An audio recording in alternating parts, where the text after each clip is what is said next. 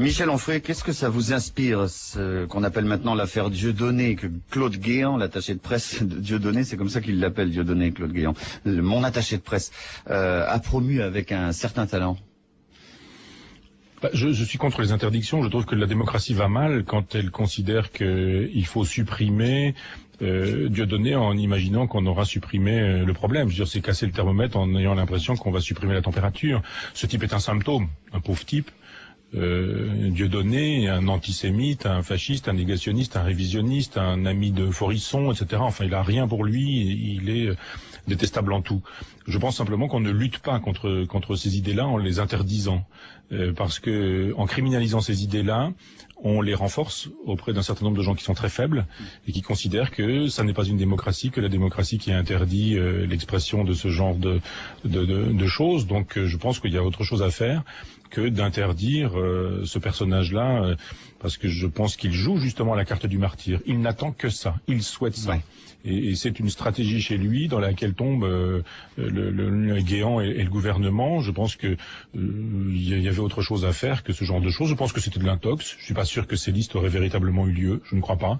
Mais cette façon d'annoncer des listes et de faire réagir le gouvernement qui monte au créneau comme des puceaux.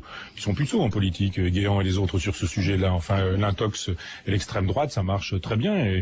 Et normalement, on paie. Moi, je suis pour les impôts et les impôts permettent de subventionner les renseignements généraux, les services secrets, ce genre de choses. On devrait faire fonctionner les renseignements généraux et les services secrets, parce que je défends ces gens-là, pour savoir vraiment ce qu'il y a derrière Dieudonné et arrêter de lui faire une pub qu'il ne mérite pas et qu'il désire. Il instrumentalise, comme Benoît XVI d'ailleurs. Ce sont des gens qui instrumentalisent la presse. Et la presse n'a pas compris. Sous prétexte de coups médiatiques, on monte au créneau et puis on y va à faire Benoît XVI, etc., à faire Dieudonné.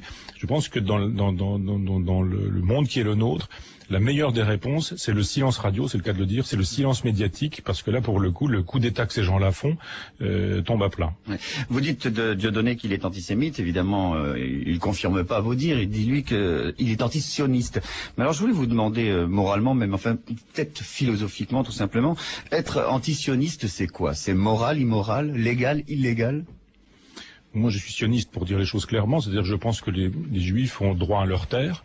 Et je défends la possibilité pour les Palestiniens d'avoir droit à leur terre aussi. Donc la chose est clairement dite. Un antisioniste, alors évidemment on peut finasser. Après il y a l'antisioniste qui considère que Israël n'a pas à avoir d'État, enfin que les Juifs n'ont pas à avoir un État, point à la ligne, quel que soit l'État. Ça c'est de l'antisionisme absolu, je dirais. Puis après vous avez des antisionistes qui vous disent que le sionisme c'est l'expansionnisme. Moi j'ai lu Herzl et je considère que le sionisme c'est pas l'expansionnisme. Donc après on peut regarder avec des cartes, et certains disent mais l'État d'Israël c'est quoi?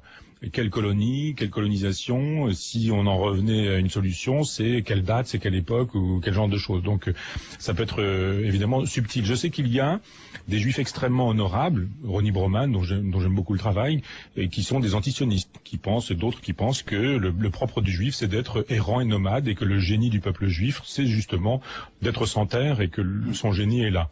Peut-être, moi je ne suis pas habilité à donner un avis là-dessus, je pense que on peut considérer que dans la période du nationalisme, où les gens veulent leur nation, il est légitime que les Juifs aient droit à leur terre, et il était légitime qu'on puisse construire cet État d'Israël. Maintenant, comme ça s'est fait, avec expulsion, avec mépris des Palestiniens, avec colonisation, avec arrogance, avec suffisance, avec tout ce qui est insupportable à l'endroit du peuple palestinien, évidemment, ça n'est pas défendable.